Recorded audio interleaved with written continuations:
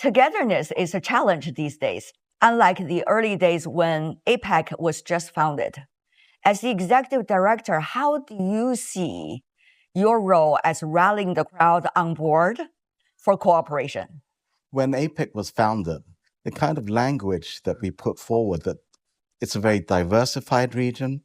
We have big economies, we have small economies, we have advanced economies, we have emerging economies. So that sense of diversity is built into APEC's DNA. And that has continued throughout our entire history. Now, what's important about APEC is that togetherness has enabled tremendous growth. So in some economies, we've seen incomes more than double. For others, they've increased tenfold. And that's part of the magic of APEC, that everyone is doing well together. There are challenges, but thinking through those challenges and finding solutions to the problems that we face today is the center and it's the focus of the work that we do. Elephant in the room, tariff. Because APEC has been founded 30 years ago based on the concept of free trade. Now, if the tariff continue to be a threat for everyone, where is APEC's attractiveness? Many would question. What do you think? What we really try to do is focus on the issues that we can work on together. So, for example, trade, it's important to all of us, but what should be the rules of trade? So if we turn back the clock 30 years, we weren't really talking about the digital economy. We weren't talking about artificial intelligence. So what kind of rules should we have today? Updated. So that's the kind of work that we can do as an incubator to think of ideas, rules, regulations that can then be brought into the multilateral trading system that will ensure its relevance as we move forward. There are other issues that we look at, for example, supply chain resilience. As we all learned during the COVID pandemic, supply chains can be very brittle. If they break down, the goods don't come to us. So what is it that we can do to ensure that the goods flow freely? For example, China and the United States. Earlier, we have seen some successful discussions between the two sides in Malaysia on the sideline of the ASEAN summit. How do you see the momentum from there? And how does APEC, as the Secretariat is concerned, try to facilitate the right ambience for more productive dialogues and discussions between the two sides? Yes, we had the ASEAN meetings earlier this month. Even earlier than that, we had the APEC Trade Ministers meet, where you had a consensus document in spite of the sort of differences in opinion over trade policy. So in terms of setting an environment that we have, it's a very relaxing atmosphere. We're here in Gyeongju. It's the ancient Chile capital. And so it provides a backdrop in which people think about the past, if you like, and then they look towards the future. And that's something that the citizens here are very proud of, that it's one of the world's oldest telescopes, the oldest observatory. Very, very proud of the city being a UNESCO heritage site.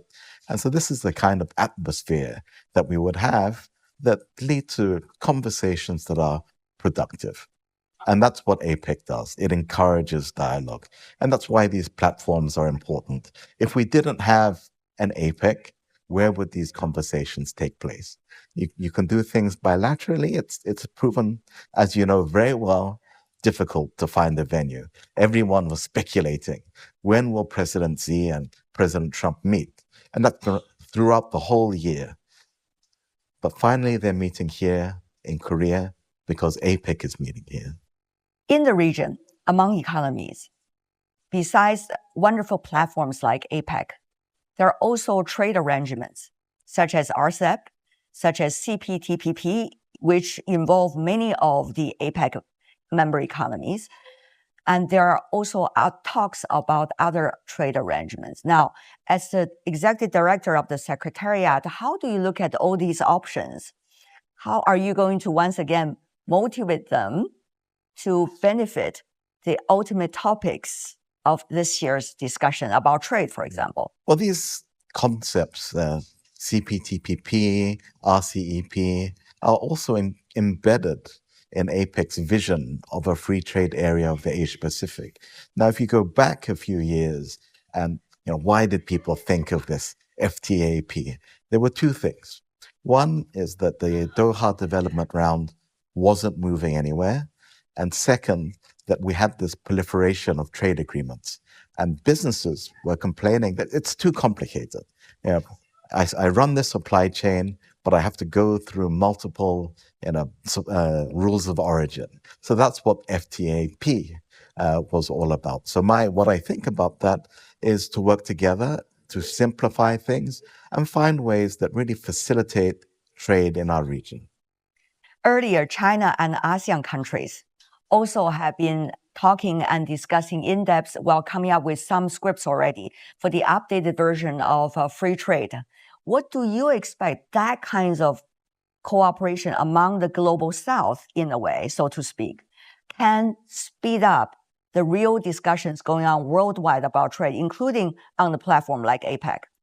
So this is all momentum, improving the FTAs, improving their coverage also encourages others to come on board. So without CPTPP, what else would we have? It really brings people together to say, what do we need to do moving forward? So we see different configurations of economies coming forward and saying, well, CPTPP has happened. What else can we do? Yes. I want to ask you a few questions related to some interesting concepts. Earlier, we talked over the decades in APEC about cooperation, but now these days the word competition is being mentioned so much. So what do you think about this philosophical relations, in a way, between competition and cooperation? We all want to do well. We want to compete. We want, say, from a corporate perspective, I want to make money. So let me put it that is the goal of corporate, very simple right? means. So I will do my best to make the very competitive product. And there are others that will say, I have the best product. And that produces better consumer welfare. So there's competition, but there's also some cooperation in that process. And at the end of the day, what we're trying to do is improve the living standards and lives for all of our people. Well said. But what about the concept of short-term and long-term? Some have been complaining about the issues of short-termism, so to speak, among policymakers. What do you think? Over the short term, we do see this complex world that's changing. But over the long term, there are so many challenges that we're facing, including technology, including climate change. So what are the challenges that we're facing today?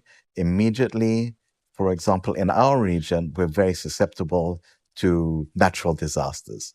So there's work that we need to do to adapt, if you like, adapt our infrastructure so that our people are less vulnerable. Over the longer term, we'll be looking at mitigation. How do we reduce the carbon footprint of our industry? So we see that with huge deployment of solar cells, more EVs on the cars, and wind power. So this is, there's a short-term thing where we have to adapt to that reality, but over the future, it's mitigating the root cause of the problem.